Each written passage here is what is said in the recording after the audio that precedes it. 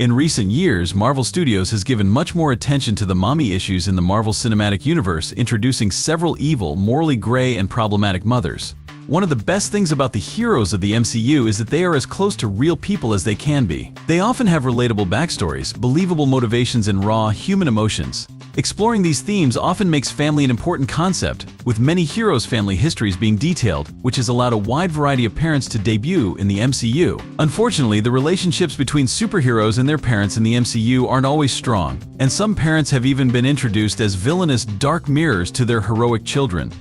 While the focus of the Infinity Saga was evil fathers in the MCU, it's the mothers who have recently taken center stage, contributing to a rise in mommy issues in the MCU's multiverse saga. There have been exceptions to this rule, but it's about time the problems with parents in the MCU get addressed.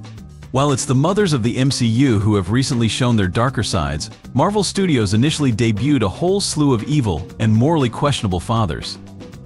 This has been a pattern that has persisted since 2008's Iron Man first teased the estranged and troubled relationship between Tony Stark and his father, S.H.I.E.L.D. founder Howard Stark.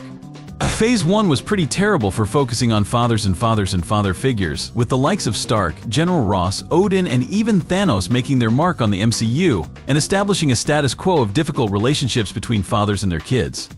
Hank Pym neglected Hope Van Dyne following her mother's apparent demise and favored Darren Cross, leading to the development of the Yellow Jacket. Ego hoped to turn his son, Peter Quill, into a battery powering his expansion plans. Odin always favored Thor over Loki, which ultimately contributed to Loki's scheming and machinations in an effort to thwart his brother's happiness. All of these Infinity Saga fathers had their low points, but Thanos took the triumph, as he transformed his adopted children into living weapons and even sacrificed them on his quest for the Infinity Stones.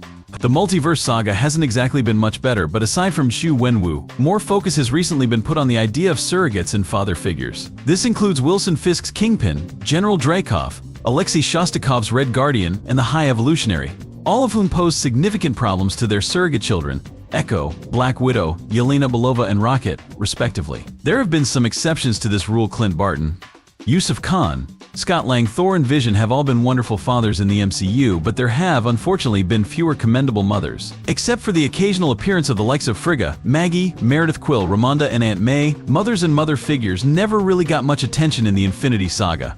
However, this took a massive turn with the dawn of the multiverse saga in 2021, as mothers, particularly those with dark pasts and evil intentions, were introduced to the MCU in spades.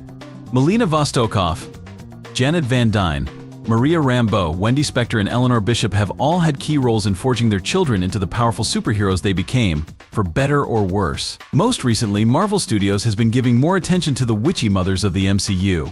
Notably, Wanda Maximoff's Scarlet Witch waged war on Doctor Strange and America Chavez across the multiverse in the hopes of reuniting with her children. In 2024's Agatha All Along series, Agatha Harkness' history with her seemingly deceased son, Nicholas Scratch, and her long-dead mother, Evanora Harkness, has been explored.